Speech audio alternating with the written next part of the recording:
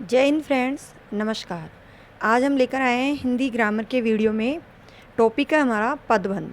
ये बहुत महत्वपूर्ण टॉपिक है और रिट में तो निश्चित रूप से इसमें से प्रश्न आता है। तो हम पदबंध को पढ़ेंगे, बहुत ध्यान से देखना है कि पदबंध होते क्या हैं।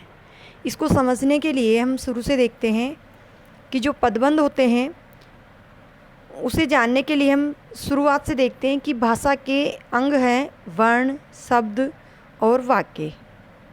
जैसा कि हमने पिछले वीडियो में देखा और पढ़ा, तो जो वर्ण होते हैं वह होते हैं भाषा की सबसे छोटी इकाई, एक ऐसी इकाई जिसको आगे और विभाजित नहीं किया जा सकता, यानी ये भाषा की सबसे छोटी इकाई होती है। जैसे यहाँ दिया हुआ है अ, ई, ए, या व्यंजन में से हो प्रत्येक व्यंजन वर्ण। तो एक एक जो वर्ण होता है वो जो सिंगल ध्वनि होती है, यूँ कह सकते हैं जो एक सिंगल ध्वनि होती है वह वर्ण कहलाती है। उसके बाद जो ये ध्वनियाँ हैं, ये वर्ण है, इनको अगर हम मिलाकर लिखें, इनका क्रम ऐसा हो कि इनको मिलाने से एक सार्थक शब्द बनता हो, तो वो शब्द कहलाता है। जैसा कि यहाँ दिया हुआ है क म ल, तीन वर्ण हैं, इन तीनों को इसी क्रम में लिखा तो कमल बना। अगर इनका हम क्रम चेंज कर देते हैं म क ल, तो वो शब्द नहीं बनेगा। जिसकी जगह हम लिखें क म ल या क ल म, तो इस प्रकार से उनको क्रम से ऐसे जोड़ें कि उसका कोई अर्थ निकले, तो वो शब्द होते हैं। जैसे यहाँ किताब शब्द है और किताब शब्द का जो जोड़ने का क्रम है वर्णों को, वो इस प्रकार का होगा। इसी प्रकार से जो ये भाषा के अंग यहाँ तीन हैं, कई लोग इनको चौथा वर्ण अंग भी मान लेते हैं पद को, लेकिन पद क्या होता है? पद एक शब्द ही होता है, इसलिए हम इनमें शब्द वर्ण इनके माध्यम से आपको बताते हैं। इसके बाद देखते हैं हम वाक्य। जो ये शब्द थे इनको हम एक साथ मिलाकर अगर लिखें और इस तरह से क्रम में रखें, जैसे हम जानते हैं कि वाक्य में कर्ता, कर्म और क्रिया होती है, उसी क्रम में हमने अगर लिखे तो वह एक वाक्य बनता है और उसका भाव हमें समझ में आता है, यानी एक ऐसा वाक्य जिसका अर्थ हमें समझ में आए।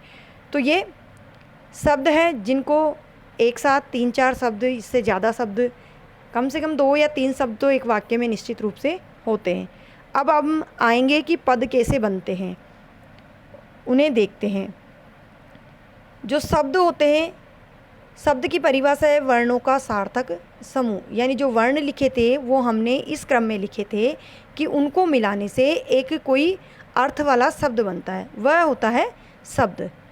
अगर ये शब्द वाक्य में अकेला है तो वह शब्द कहलाता है। अगर कोई वाक्य में नहीं, अगर ये शब्द कोई अकेला है, जैसे यहाँ राम लिखा, तो ये केवल लिखा गया राम शब्द है, लेकिन यहाँ जो वाक्य हैं ये वाक्य में अलग और शब्द भी हैं और इन शब्दों से इस राम शब्द का संबंध है, यानी एक किसी शब्द का अन्य शब्दों से संबंध होता है वाक्य में, तब वह पद कहलाता है। आगे देखते हैं पद किसे कहते हैं। इसी परिभाषा को ध्यान से पढ़ना और ध्यान से समझना। शब्द जब वाक्य में प्रयुक्त होता है, हमने जैसे देखा वाक्य थे, वाक्य में शब्द प्रयुक्त हो रहे थे और कर्ता, क्रिया, कर्ता, कर्म और क्रिया के क्रम में अगर वो प्रयुक्त हो रहे हैं, उनका कोई अर्थ निकल रहा है, तो वो एक सार्थक वाक्य है और जो शब्द है वो भी सार्थक है। तथा अन्य शब्दों के साथ उनका संबंध स्थापित हो। वाक्य में जब कोई शब्द है और शब्द का अन्य शब्दों के साथ संबंध स्थापित होता है, तब वही शब्द क्या कहलाता है? वही शब्द पद कहलाता है। जैसे कि केवल मैंने राम लिखा, ये राम एक शब्द है, लेकिन वाक्य था राम घर जाता है। तो राम का संबंध जो ये अन्य शब्द लिखे हुए हैं घर और जाता है, इनसे है और इनसे संबंध होने के कारण वाक्य में राम शब्द पद कहलाता है, यानी पद माना जाता है। इस वाक्य का एक पद है राम शब्द। इसी प्रकार से घर शब्द भी एक पद है। केवल अगर घर शब्द लिखते हैं तो वह शब्द है, लेकिन वाक्य में जब राम और जाता है से घर का संबंध है तो वह पद कहलाता है। इसी तरह से जो ये शब्द हैं राम, श्याम, पुस्तक, घर, साइकिल, शहर, ये सारे शब्द हैं, लेकिन अगर ये वाक्य में है और अन्य शब्दों के साथ संबंध रखते हैं तो ये भी पद कहलाएंगे। यानी जो शब्द होते हैं वही पद होते हैं। अब आगे हम देखते हैं कि पदबंध क्या होते हैं। पदबंध किसी वाक्य में किसी एक शब्द के द्वारा किया जाने वाला कार्य यदि अनेक शब्द समूह के द्वारा किया जाता है।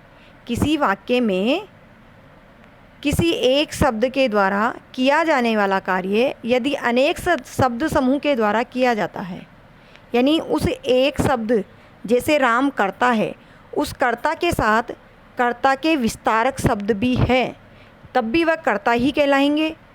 तो यहाँ यही कहना चाहते हैं कि जब एक शब्द के द्वारा किया जाने वाला कार्य अनेक शब्द समूह के द्वारा किया जाते हैं, अर्थात वाक्य में जो स्थान एक शब्द का है, यानी जैसे किसी शब्द का स्थान कर्ता का है, वही स्थान अनेक शब्द समूह का हो, यानी कर्ता शब्द के साथ और भी अन्य शब्द हो जिनका स्थान कर्ता के रूप में ही आए, तो उस पद समूह को पदबंध कहा जाता है। तब उस पद समूह को क्या कहा जाएगा? पदबंध। जैसे यहाँ शब्द है राम खाना खाता है, तो यहाँ जो राम शब्द है वह पद है। परंतु अगर ये लिखा जाए भाई राम खाना खाता है, तो राम करता है, लेकिन भाई के आगे जो विशेषण मान लो या सम्मान पूर्वक जैसे कहा गया है भाई राम, तो ये भी राम का ही काम कर रहा है, यानी भाई राम कर्ता का ही काम कर रहे हैं दोनों शब्द। खाना खाता है, तो ये जो शब्द आए एक शब्द के साथ अन्य वो शब्द जो उसी का काम कर रहे हैं उसी स्थान पर प्रयोग किया जा रहा है, तो वो पदबंध कहलाते हैं। यानी पद में तो एक ही शब्द आएगा, लेकिन पदबंध यानी बांध दिए गए हैं दो शब्द, दो से अधिक शब्द, तो वो पदबंध कहलाएंगे। इसी प्रकार से इसी वाक्य को और देखते हैं। मेरा भाई राम खाना खाता है। मेरा भाई राम खाना खाता है, तो मेरा भाई राम, ये तीनों शब्द ही कर्ता का कार्य कर रहे हैं, यानी वाक्य में एक ही शब्द जो कार्य कर रहा है वही कार्य उस शब्द के साथ आने वाले अन्य शब्द भी कार्य कर रहे हैं, तो वो कर्ता का ही रूप है, अतः वह पदबंध कहलाएंगे। इसको और अन्य तरीके से देखो समझते हैं। हम जानते हैं कि वाक्य में दो अंग होते हैं। कौन कौन से? उद्देश्य और विधेय, दो अंग होते हैं।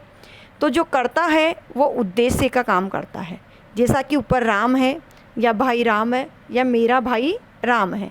तो वाक्य में जो मेरा भाई राम है या भाई राम या राम, वो तीनों ही रूप में उद्देश्य का ही कार्य कर रहा है या कर्ता का ही स्थान है। तो जो उसके साथ आने वाले शब्द हैं वो शब्द मिलाकर जो पदों का समूह है, यानी जो शब्द हैं वही पद कहलाते हैं, और जो वो शब्दों का समूह या पदों का समूह है वही पदबंध कहलाएगा। अब आगे देखते हैं कि पदबंध के घटक। जो पदबंध के घटक होते हैं वह दो होते हैं, मुख्य घटक और आश्रित घटक। अब देखते हैं कि कौन कौन से घटक होते हैं वो। मुख्य घटक में क्या होता है? किसी भी वाक्य में उपस्थित पदबंध के अंत में लिखा गया शब्द मुख्य घटक होता है, यानी जो मुख्य रूप से कर्ता होता है वही मुख्य घटक होता है। उसके साथ आने वाले जो विस्तारक शब्द होते हैं, जैसे हमने कर्ता देखा राम, राम के साथ भाई राम, मेरा भाई राम, ये कर्ता के विस्तारक शब्द है, तो वही उद्देश्य है, वही कर्ता है। ये सब मिला के पदबंध होते हैं। लेकिन जो पदबंध है उनको भी दो भागों में बांटा, यानी उसके भी दो घटक बताएं, मुख्य घटक और आश्रित घटक। तो मुख्य घटक कौन होगा? राम। जो राम शब्द था, यानी इसी के विस्तारक थे अन्य शब्द, तो जो मुख्य रूप से जो कर्ता का कार्य कर रहा है वह कर रहा है राम, तो यहाँ मुख्य घटक हुआ राम। और आश्रित घटक हुए जो उसके अन्य विस्तारक शब्द थे, जो उसकी विशेषता बता रहे थे। तो जो मुख्य घटक है उसकी विशेषता या विस्तार बताने वाले शब्द या पद आश्रित घटक कहलाते हैं। जो पद होता है उसके विस्तारक शब्द उसके साथ में जोड़ करके उसको पदबंध कहा जाता है। और पदबंध के दो मुख्य घटक होते हैं, मुख्य घटक और आश्रित घटक।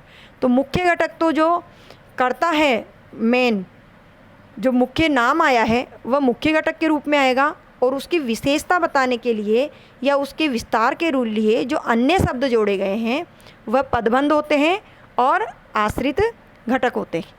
यानी सारा समूह मिलाकर तो पदबंध कहलाएगा, लेकिन उसमें से जो मुख्य नाम है वो मुख्य घटक है और उसके साथ जो विशेषता या विस्तार बताने के लिए प्रयोग किए गए हैं अन्य पद वह आश्रित घटक कहलाएंगे। अब कुछ उदाहरण से हम समझ लेते हैं कि पदबंध में कौन मुख्य घटक है और कौन आश्रित घटक है। यहाँ शब्द है मीठे रसीले ताज़ा आम। देखो मेन क्या है? आम। जो मुख्य घटक कौन हुआ? आम। उसकी विशेषता कौन कौन से शब्द बता रहे हैं? मीठे रसीले ताज़ा, यानी विस्तार दे रहे हैं आम शब्द को ही। तो जो विस्तार देते हैं, विशेषता बताते हैं, वही शब्द होते हैं आश्रित घटक, मीठे रसीले ताज़ा। इसी प्रकार से सदा सत्य बोलने वाले लोग, और बताया भी है जो अंत में आता है, पदबंध के अंत में जो शब्द आता है वो मुख्य घटक होता है। तो यहाँ लोगों के बारे में कहा गया है कि कौन से लोग? जो सदा सत्य बोलने वाले हैं। ये लोग, उनकी विशेषता क्या है? सदा सत्य बोलने वाले लोगों की ही विशेषता बताई गई है। तो जो लोग शब्द है वो मुख्य घटक होगा और सदा सत्य बोलने वाले जो शब्द हैं, पद हैं, इन शब्दों को आश्रित घटक कहा जाएगा। इसी प्रकार से अन्य उदाहरण में देखते हैं, मेरा प्यारा कुत्ता शेरू, यानी नाम भी दिया गया है। तो यहाँ शेरू एक कुत्ते का नाम है जो मुख्य घटक है, और यहाँ जो अन्य विस्तारक शब्द है वो मेरा प्यारा कुत्ता। देखो ऑप्शन में यहाँ कुत्ते का नाम या कुत्ता शेरू भी आ सकता है, तो हमें ध्यान रखना है मुख्य रूप से क्या आएगा। आगे देखते हैं पदबंध के भेद या प्रकार। तो यहाँ तक हमने आज के वीडियो में शामिल किया, और पदबंध के भेद या प्रकार हम अगले वीडियो में शामिल करेंगे, क्योंकि वीडियो बहुत लंबा हो जाता। इसे समझने के लिए आप वीडियो को दोबारा देख सकते हैं। पदबंध बहुत मुख्य टॉपिक है और इस टॉपिक में से निश्चित रूप से प्रश्न पूछा जाता है। तो आप वीडियो को पूरा देखें और वीडियो को समझें। अगर एक बार में समझ में नहीं आता है तो वीडियो दोबारा चलाकर आराम से देख सकते हैं, क्योंकि यहाँ से प्रश्न निश्चित रूप से पूछा जाएगा और इसे समझना बहुत ज़रूरी है। और पदबंध के भेद या प्रकार हम अगले वीडियो में जल्द ही डाल देंगे, तो आप उस वीडियो को भी देखिए। और वीडियो पसंद आता है तो प्लीज़ वीडियो को लाइक करें, शेयर करें और चैनल को सब्सक्राइब करें।